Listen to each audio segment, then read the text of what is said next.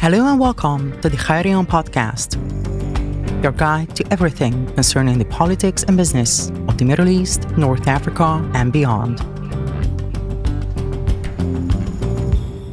My dear esteemed guest is Miklos Sárközi, and we will continue our discussion about tourism in Iran. Welcome, Miklos. Dear listeners, it's my pleasure and great honor, and I'm thrilled to be invited to this noble podcast discussing the aspects and challenges of tourism in Iran. Thank you very much. In our last podcast, we have discussed some basic, elementary aspects of traveling in Iran, the most famous places you can visit in Iran, various types of tourism that are widespread in Iran.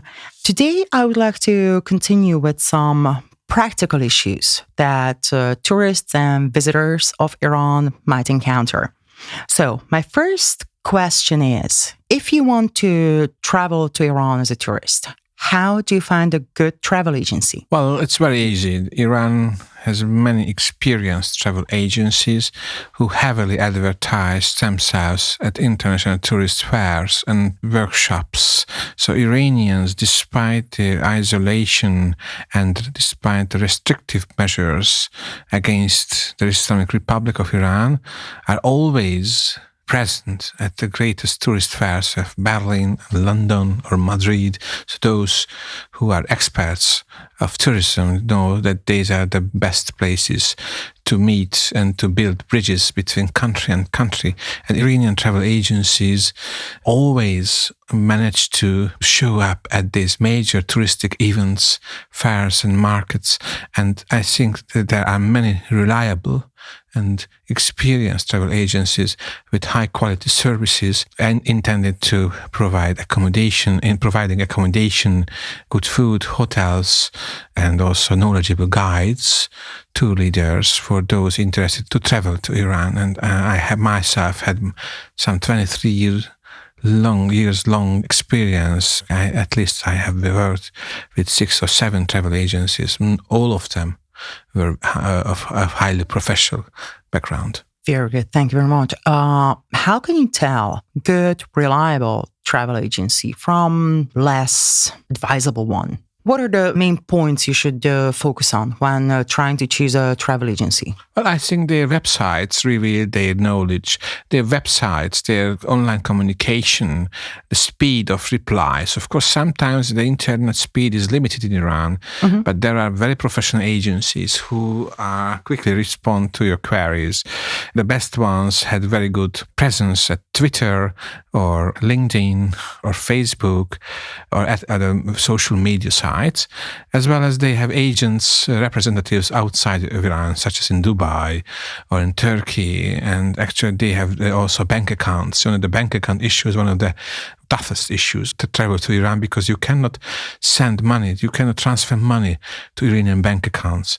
And this is, but the best travel agencies somehow manage to solve this problem as well. But the websites reveal their professionalism.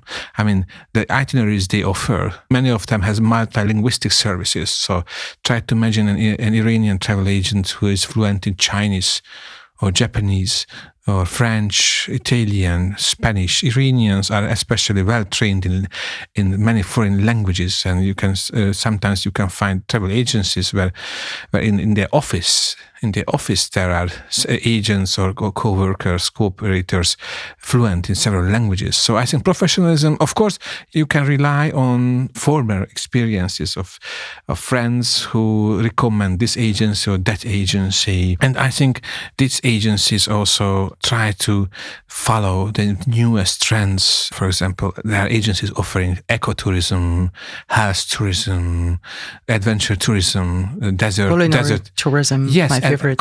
And they, despite the limitations and the isolations, yes, we have quite a good number of travel agencies who are active both in inbound and outbound tourism. So try to imagine that you can find Iranian travel agencies right now who are organizing trips to Europe. Now the relations of the EU with Iran is pretty bad after the Mahsa Amini issue. Yet one of my best friends just posted an image of his ticket to Paris because he is leading a group of Iranian tourists to Paris. But very often you can meet Iranian tourists in South Africa or Kenya or other African countries. And Iranians are highly active, of course, in China nowadays, because China became a close ally of Iran. But even the most striking example of extreme flexibility of Iranian travel agencies is the story of one of Iranian man who was a good revolutionary, absolute staunch supporter of the present regime. But in the same time, he was the first Iranian who organized the first tour to the United States of America. So he is a so-called living martyr, because he lost one of his hands in the war, and despite this fact, he was able to establish his own travel agency, and he was the first Iranian pro-regime figure who organized trips to the United States and Canada. So this tourism has nothing to do with political issues, and indeed, in the case of Iran, we see that Iranians are very good travelers and very good hosts. So they enjoy hosting foreigners and enjoy to be hosted by foreigners. Wonderful. You brought me to my next question, which I have noted. What are the possible issues that travelers might encounter when entering the country? Well, it depends on the country. There are quite different factors for each country. Everything depends on the relationship of that country with Iran. Unfortunately, as we know, Israeli citizens are not allowed to enter Iran as tourists. US citizens, Canadian citizens, British citizens had to prepare their visa request in due time, so 6 weeks, 8 weeks before their trip. And they have to prepare an itinerary which they cannot alter during their visits. And even if they are single visitors, sole visitors, they have to have a local guide. But otherwise, a Hungarian or a Slovak citizen are quite pretty free in Iran. So you can travel easily, you can pick up your visa, you can collect your visa, not only at the embassy of Iran in Budapest, for example, or to Slovakia or to Vienna. We know that there's a Slovak section of the Iranian embassy in Vienna, but you can easily collect your visa in Tehran. And then you have a visa grant notice. You should show this grant notice at the visa office at the airport when arriving to Tehran. This is absolutely unimaginable for a US citizens. Try to imagine when I was working with US citizens, and so they had no Iranian embassy in the US. So the Swiss embassy is the representative of Iran. And US citizens applying for an Iranian visa should send their visa request to the Swiss embassy. That's surprising. Yes, so it's pretty complicated, and there are many zigzags to reach the final position.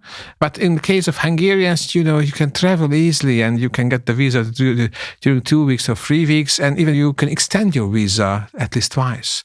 So you can get a 1 month visa, but which you can extend for another 2 months. That this everything, right in Iran. Yes, everything depends on the country. So I would say everything depends on the relationship of the country we are speaking about with Iran. Otherwise, it's pretty easy. If your country has no political problems with Iranians, getting an Iranian visa is pretty easy. What about? Of course, it's not an easy issue when you are in political trouble with Iranians. Of course, I have no doubt about that. What about countries like Germany, Austria, Scandinavian countries? Well, in these days, after the Mahsa Amini issue of last year, you hardly see too many EU tourists in Iran. But Austria, for example, usually maintain excellent relations with Iranians. So Austria always was neutral in the biggest debates. And Vienna itself is the capital where many international organizations, such as the IAEA, for example, has the headquarters. So Austria is an exemption in the eyes of the Iranian authorities. Unlike Germany and France, which are now unfortunately strained their relations with the Iranians after the Mahsa Amini tragedy and some other victims who died during these protests, and these countries officially denounced Iran and supported Iranian opposition figures or sided with opposition figures, and some French citizens were arrested in Iran who were ordinary tourists or Swedish tourists, and this hardly encouraged people from Sweden or France these days to travel to Iran. So I think now the number of EU tourists, unfortunately, is extremely limited in Iran. But we already seen this kind of situation, and after 1 year or 2 years, we can see that a slow return of these countries to the Iranian travel market. These days, rather, it is the Russians and the Chinese who send the biggest groups to Iran. So, of course, it is also not unrelated to politics. Obviously. Do you need any special travel permits to visit certain sites or certain regions in Iran? There are a few border areas of Iran, such as the Kurdish-Iraqi borderlands around Saqqez or Bukhan, or the areas of Avraman, where there were these protests following the death of Mahsa Amini, who was herself a Kurdish girl, Iranian Kurdish girl. And also the area of Balochistan and the Pakistani border, and the Pakistani-Afghan-Iranian border triangle is usually considered a rather less safe area than the rest of Iran. And in this case, these are not closed areas, but it's advisable to have a local guide in these two areas. Foreign tourist groups can visit all the provinces of Iran except that of Iranian Sistan of Balochistan. The Sistan of Balochistan and Balochistan province of Iran near the Pakistani border is usually considered an area where there are security issues such as drug smuggling. So it is not because of political reasons, but because of poverty and drug smugglings and drug barons who sometimes some 20, 15 years ago, 10 years ago, kidnapped foreign tourists, and they blackmailed with the local authorities with these kidnapped tourists. That's why Iranian authorities themselves don't encourage Westerners to visit this southeastern part of Iran, southeastern borderlands of Iran. So this is the only province. Otherwise, nowadays, after the Mahsa Amini issue, the Iranian Kurdish populated areas are considered as a bit of where there are certain requirements, such as the presence of a local guide. But that's all. So lonely mavericks always travel through these areas. But for organized tours, perhaps these areas are not advisable these days. But it's not a constant issue, I would say. The Kurds are very hospitable. The Balochis also have a very sophisticated culture, music and carpets. Many lesser known areas you can see in Sistan and Balochistan, such as the area of Chawbahar. So this is not a constant problem. Of course, there are ebb and flow. But still, there are many other areas of Iran which you can visit freely. Still unknown and underestimated areas. And still, despite these security considerations, Iran is free and the Iranian tourism is safe and well organized, even in the fringes of the countries. So basically, if you're a solo traveler, you can travel all around the country without any special restrictions or without the need for any special permits. Look, I'm following several Facebook groups where there are exchange of informations between solo travelers about distant areas of Iran, and there are local couch surfing services, there are hotels, modest but clean accommodations. So you can see this, and there is, for example, recently I was following a Chinese couple traveling from China through Afghanistan, entering Iran and then leaving to Iraq. One of them was a girl. But I also remember solo Hungarian female travelers who traveled around Iran, even visiting very distant and very lesser known areas where they met nothing but hospitality and friendship and support on behalf of local people. Usually these rural areas are not included in the itineraries of major travel agencies, but certain services such as hotels or accommodations for backpackers do exist even in these remote areas.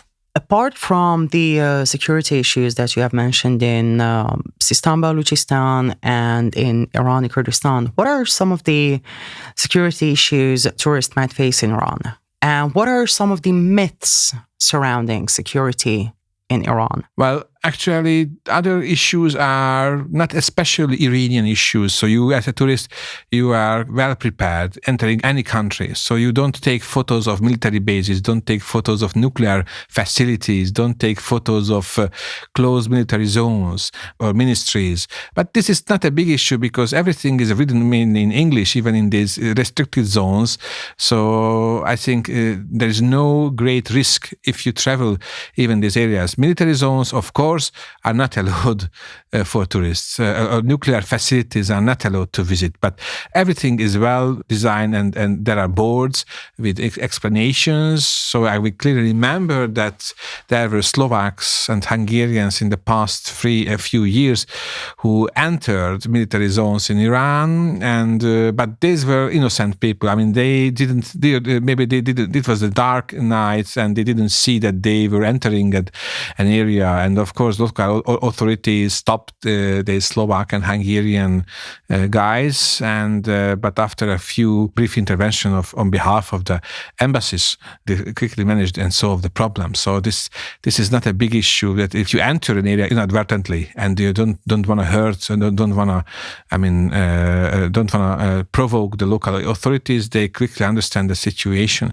But these are exemptions. There's a very marginal number of tourists. I mean, this adventure tourism exists, but this is a very marginal number of a very limited number of Western tourists who choose this path. Most of the Western tourists travel rather safely with groups or organized by travel agencies, where we're visiting the major cities, the major places, the most famous places of Persepolis, Shiraz, Yazd, Esfahan, Kashan, Kerman, even the northern parts of Iran, such as Tabriz, such as Mashhad. And there is absolutely no problems. Iranians, as I mentioned in the previous podcast, are very open-minded, very friendly, very hospitable, and many of them fluent in English and feel personal pride to support Western tourists or just to talk to them and just to invite them for a tea. So 99% of Western tourists are not are not interested in adventure tourism. More into sightseeing. And most of them speak enthusiastically about their experiences when leaving Iran. Of course, political issues always can overshadow the tourism, such as the arrest of French and Swedish and other citizens. And of course, it hardly encourages development or the increase of number of tourists in these countries. But let's see that Iranian travel agencies still advertise themselves. Despite this problem, they don't stop working on new itineraries. So I have passionate colleagues who, despite all the problems, economic problems or limitations and others, are hardworking characters and looking for new markets, new countries. Iranians, these are very experienced people, so they lived through many, many crises and problems, and they are not especially I must say, disappointed by witnessing new obstacles. So if we lose this country, then we can look for a new market, for example. If we lose the EU temporarily because of political problems, let's focus on the Far East. So these days you can see Chinese and Thailandese and Vietnamese groups in Iran, and the first fluently Chinese-speaking Iranian guides already showed up in Iran. So this is also a very new trend. The only major issue for a Chinese group is the food. Of course, Iranians have very good restaurants, but this is a challenge that there's not too much foreign restaurants in Iran. So a Chinese group is pretty picky. They don't eat often Iranian food, and they look for their own special Chinese diet. But this is an issue now because the number of Chinese restaurants in Iran is extremely limited. Are Iranians working to accommodate these needs? Well, no, this is a big issue because, in the past, after the Ukrainian-Russian crisis, when Iran mostly sided with the Russians, the EU tourists disappeared from Iran, and the Chinese and the Russians started moving there. And during 1 year, the Iranians were unable to build or to open Chinese restaurants. In every city, there is only one Chinese restaurant, and when you have dozens of Chinese tourist groups in Iran, which I witnessed this springtime, that's an issue. But however, it's not a political issue. But it's a culinary issue. Well, yes, it's a culinary issue. But already, as I told you, there are Chinese-speaking Iranian guides. This is a phenomenon we haven't seen in Iran. And Iranians, I think, will solve this issue if this trend continues within 2 or 3 years. I'm pretty sure we're going to witness the sharp number of Chinese restaurants open in Iran. I have absolutely no doubt about it.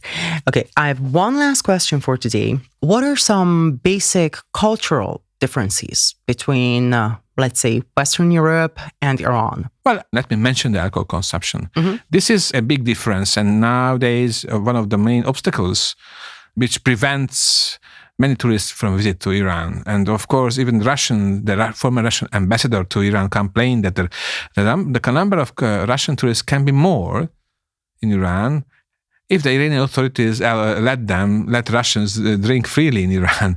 And of course, the other is the hijab issue, that in Iran, if you are a foreigner or an Iranian, you have to, as a woman, you have to cover your head with a headscarf. Of course, it annoys many tourists.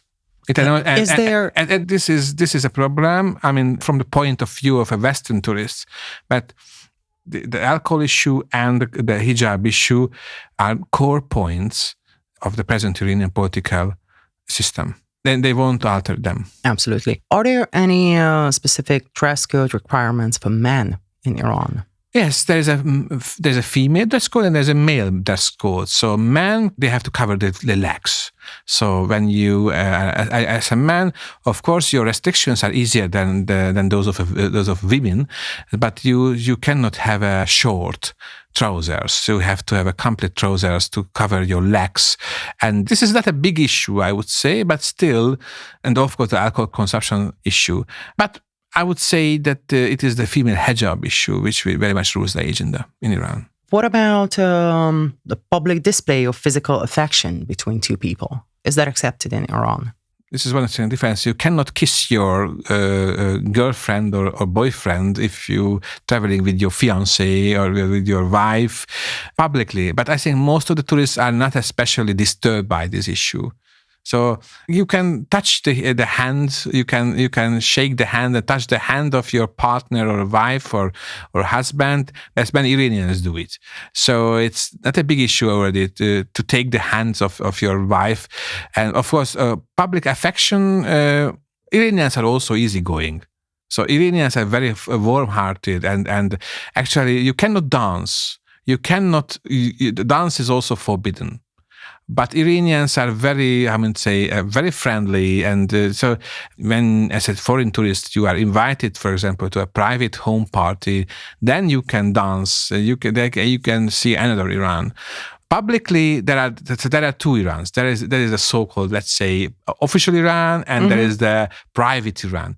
And the attitudes, manners, and customs are often very different between the two spheres. Well, as in many other Muslim communities and Muslim countries. Yes, exactly. But Iran is still an enjoyable country with a very rich heritage of ancient sites, with excellent landscapes, with good food, knowledgeable, fluently speaking foreign languages, fluently speaking guides, and good services. And in every village, you can see something very ancient. And so it's something like an extraordinary place. Of course, many people hardly believe me and they think that I'm something like a pro-Iranian promoter, but this is the reality. And even political issues can affect you in Iran, but you can focus on history, you can focus on culture, you can focus on daily life, enjoying the markets, the bazaars, and the ancient sites. And if you don't fall into the trap of politics, don't ask Iranians constantly about their political opinions.